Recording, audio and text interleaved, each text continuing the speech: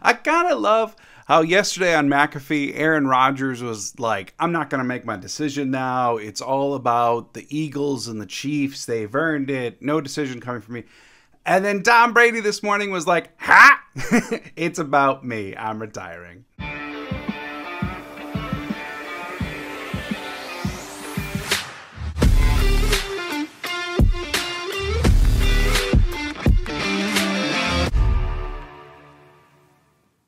What's up, everybody? Welcome to another episode of Lombardi Time Brews. I am your host, John Del Rey. Yeah, that's right. The big news of the day, Tom Brady is retiring. No longer a menace to the NFL, no longer winning all the playoff games anymore. Tom Brady basically stepping down from football, entering retirement, at least for now. Packer fans know this saga all too well from Brett Favre and, what's quickly becoming Aaron Rodgers, as retirements don't have to stay permanent, right? You can always come back, just like Brady did last year, so we'll see if this one sticks. I'm inclined to believe that it does. Now, a couple things here. It does impact the Packers in some indirect ways. One of the contenders of the NFC is now going to be substantially weaker. They lost their all-time quarterback. What does the Tampa Bay quarterback room look like now? Do they go after Jimmy Garoppolo, who Kyle Shanahan confirmed is not going to be back in San Francisco next year? Do they just elevate Kyle Trask? Are they ready for their young one to take over? What does Tampa Bay do? Do they even attempt to still hang on to the elite team of the NFC South? Or do they enter a small rebuild of their own?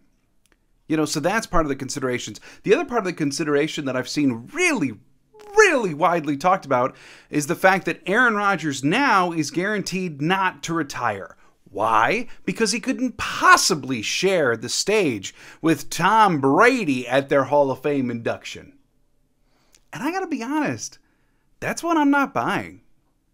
If Aaron Rodgers is going to retire, leave $60 million on the table, go do what he does, go live his life somewhere else, I don't think Tom Brady retiring is even in the fold of Rodgers' thinking right now. And I know, a lot of people disagree with that.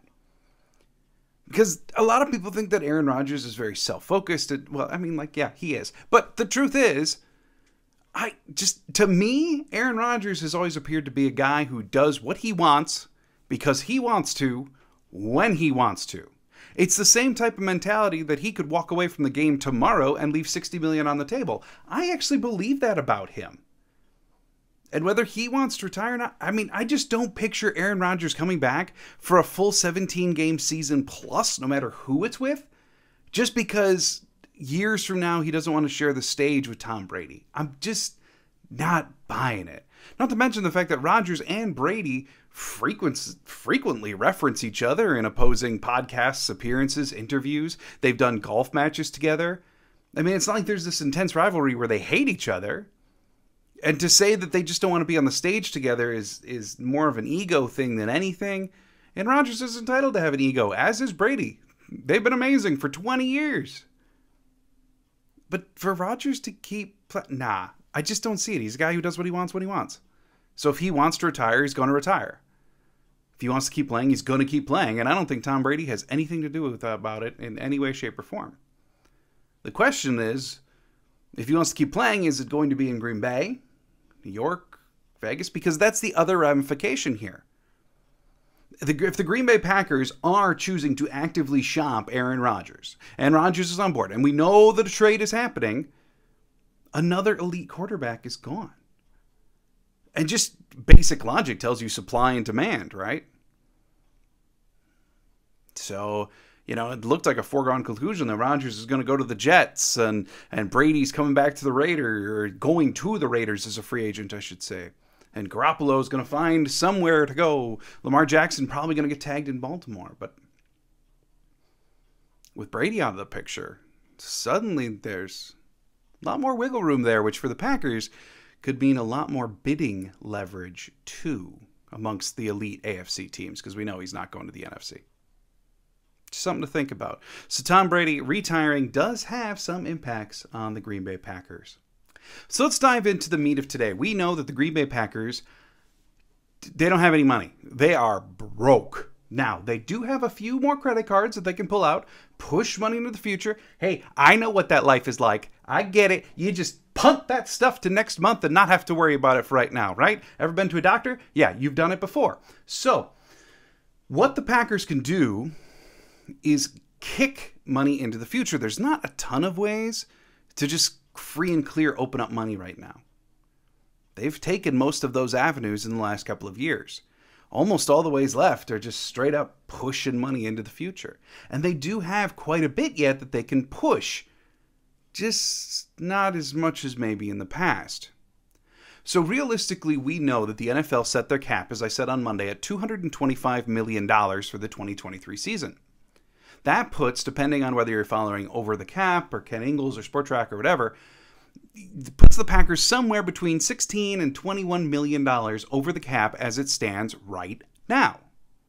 So obviously, in order to retain any of their players, go sign a free agent, go do a draft pick, anything, and just to get under the cap by the start of the new league year in March, they have quite a bit of work to do. They got to open up at least $20 million before they can do anything. And there's 6 ways that this team can open up money. 1, restructuring contracts. And that's restructures right now, simple restructures, max restructures, whatever the case may be, restructures. Okay. Number 2, obviously they can trade guys. Number 3, you can release players. And then 4 and 5 are pretty similar. You can release or you can trade after June 1st when the fiscal year turns over. Because a lot of those numbers are different, especially higher in the Packers case, that if you make these transactions after June 1st, there's more room to gain. Problem being, you have to wait until June 1st to do those things, so makes kind of the draft difficult, makes signing guys in March kind of difficult. So you see what I'm saying? And then the last one is you can extend some players. And the Packers do have a few extension candidates. One of them I think is pretty obvious. One I think very well might happen this offseason and is a priority for the Packers. So there you have it, 6 ways that the Green Bay Packers can open up money. Now, the thing about pushing money into the future is obviously, as we all know with credit cards, you push it forward, right? That's always the analogy that's used. Is eventually the bill comes due. Eventually you wind up paying players that aren't even under contract for you anymore. For instance, in 2023, none of these players are under contract. However, they are all still taking up cap space for the Packers, and that would be Mason Crosby, Robert Tonyan, Mercedes Lewis, Randall Cobb, Jerron Reed, Dean Lowry, and Adrian Amos. Not a single one of them is currently under contract to play a single game in 2023 for the Green Bay Packers, and yet they all cost varying amounts of money on the cap right now. And when you push all this money forward, you're just increasing the chances that you're going to keep paying guys who aren't there. Now, I suppose there is one 7th way that I should acknowledge before we dive into the specific players themselves. And a 7th way that you could reduce cap is by a guy taking a pay cut. Right? It's true, we know Randall Cobb did it this year, but pay cuts, 1, are you really going to bank on them as part of your offseason plan? 2, when do you do it? When does it take effect? 3, that's an entirely new contract. So, few things to keep in mind there as well. Realistically, how is it that the Packers can open up space? We already know about the mechanics, the restructures, the trades. But how specifically can they do it? Keep in mind, too, they're 16 to 21 million over the cap, and if they trade Aaron Rodgers, if they actually go through with it, they're increasing that number over the cap by approximately $9 million. So they're 25 to 30 million over the cap before the league year even starts. Keep that in mind. Now, on the topic of Aaron Rodgers specifically, if you execute that trade now, if the Packers are taking that route, if they are going to trade him, $8.9 million is added to your cap right now. However, if you do it as a post-June 1st trade, then you're opening up approximately $15 million in cap for the 2023 year. All of the numbers that I'm quoting in this video have been taken from Ken Ingalls, Over the Cap, Sport Track, a major combination of them, but predominantly Ken Ingalls. If you don't follow him on Twitter, I highly advise you to do so. He is the cap guru, as I've said in several videos before. He does absolutely tremendous work in the tedious details of these contracts, and is a reference point for a lot of people who expound opinions on what the Packers should do, myself very much included. So if Aaron Rodgers is moved, according to Ken Ingalls, after June 1, then he opens up about $15 million in cap space. But of course, the negative there is if you're trading him after June 1, you can't get any draft picks for this year. You're really punting on 2023 then. Well, then that probably takes us to restructures, right? Let's look up and down the roster. Who are all of the veterans that we can restructure? Simple restructures, max restructure, the whole thing. Well, if you take every single vet on this team and max restructure their contract, meaning add void years, push everything forward, max out every credit card you have, and push it all, the Packers can open up approximately $69 million in cap space right now. And if you're 30 over, obviously that 69 number looks pretty great. Because all of a sudden, even if you're pushing forward, or even if you're over by 30, sweet, do all that, you're 40 million over. While screwing future years, of course. So max restructure, $69 million. That's number one. And that's max restructuring everyone, which Brian Gutekunst in his end of year press conference said they're probably going to be restructuring everyone. Number two, extensions. And that, to me, this is the easy one, right? Rashawn Gary. Do you have a ton of other Packers on the team who you may extend? Doubt it. But you got Rashawn Gary. And I've already seen some people say, well, they're not going to extend him while he's out with an injury. I would disagree. Last year, Jair Alexander obviously ended the season that he had with a shoulder injury, and yet was given the biggest contract extension ever for a cornerback. I think Rashawn Gary is very much an extension candidate as he heads into his fifth-year option. Next year, he's due to make about $10 million on that option. If the Packers were to extend him to something like a 4 or 5 year contract, they can pull that number down under 5, thus opening up $5 to $7 million of cap space. So, I think it's possible. I think it's likely. Next player you need to look at happens to come from the same draft class. That would be Darnell Savage. Darnell Savage on his 5th year option is due to make $7.9 million next year. What position does he play? How often is he due to play? Right. $7.9 million towards a guy that you're not even sure what role he fills right now is a lot of money. And I know the Packers definitely believe in him. They like his traits, obviously. But that is a lot of money going to a guy that you're not even sure where he's going to play. $7.9 million is actually one of the highest ranking numbers on the team.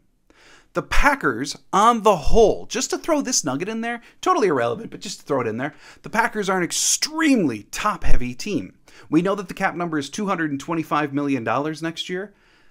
$122 million of that, $122 million, is dedicated to 5 guys.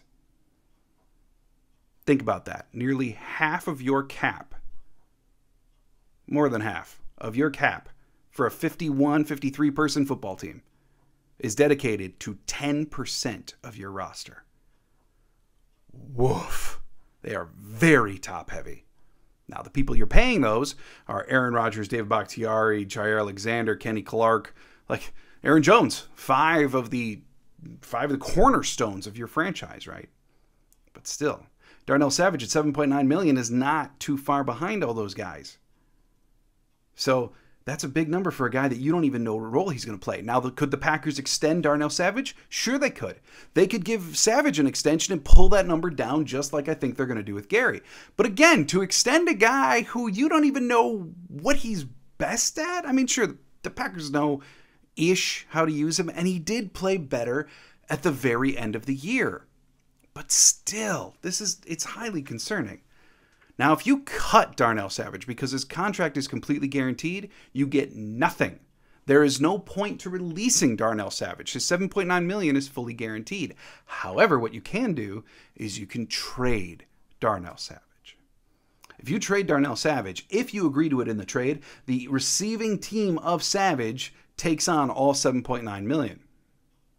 The question is, can they find a taker for Darnell Savage? And this is not to knock on him at all. It's not to knock on any of these guys that I'm going to talk about. But just being realistic and looking at the numbers, I still like Darnell Savage as a prospect. But the truth is he's going into year 5 and had a very up and down 4th year. And he costs a lot of money for a team that has none. So it's time to evaluate. Trade? Can you get anything? Can you get anyone to take him? Are you going to have to include assets in order to get rid of him to open up the money like we see in basketball-style trades all the time? Or do you keep him as a weapon in your secondary, figure out the rest later, extend him because you still really like his traits?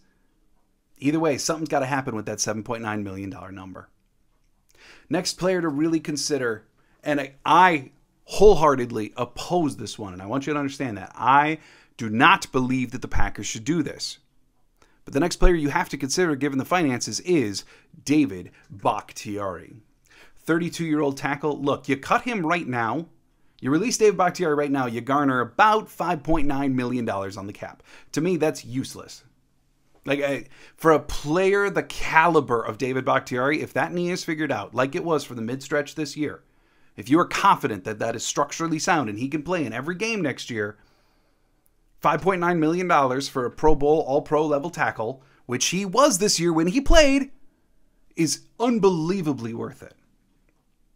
Now, if you're looking at June 1st and putting him into that category of cut, so all of a sudden that number jumps from $5.9 million to about $17 million that you save. It's a chunk of change. Or do they push money forward and restructure his contract again, like they've done basically every year since it's been signed? If they do a simple restructure, basically not the max version where they're adding void years and all this other stuff, if they do a simple restructure, it garners them about $7.5 million. If they do a max, it garners them $12 million. But again, Dave Bakhtiari's numbers then at the end of that contract become quarterback-like. You're eventually going to be paying $30 million plus to a 35-year-old left tackle. Even under an increased cap every year, that's terrifying. So, again, I don't think they should touch David Bakhtiari's contract at all. But acknowledge, cutting him right now is 5.9, post-June 1, 17, restructure 7.5 to 12, depending on how they do it. Next player you have to consider, just given the financials, and again, I oppose this, is Aaron Jones. Yeah, if you're picking up on a theme, I'm much more in the camp of restructure these guys, keep them around, figure out the rest later. Well, Aaron Jones perhaps is the perfect encapsulation of this conversation. Releasing Aaron Jones right now saves them $10 million on next year's cap. Wait until June 1st and that number balloons up to $16 million on next year's cap. If you decide to restructure, add some void years, kick out the money, you're looking at saving about $10 to $11 million, regardless if it's a simple or max. But at the same time, do you maybe look at extending him? He's getting old. He's getting up there for a running back. Durability's always been a little bit of a concern. Packers are going to have to weigh their options here. David Bakhtiari and Aaron Jones are probably the two veterans that I hope for most on the team just get left alone. Aaron Jones, you can figure out that contract. There is wiggle room there. Do you extend him just another year or two maybe? I don't know.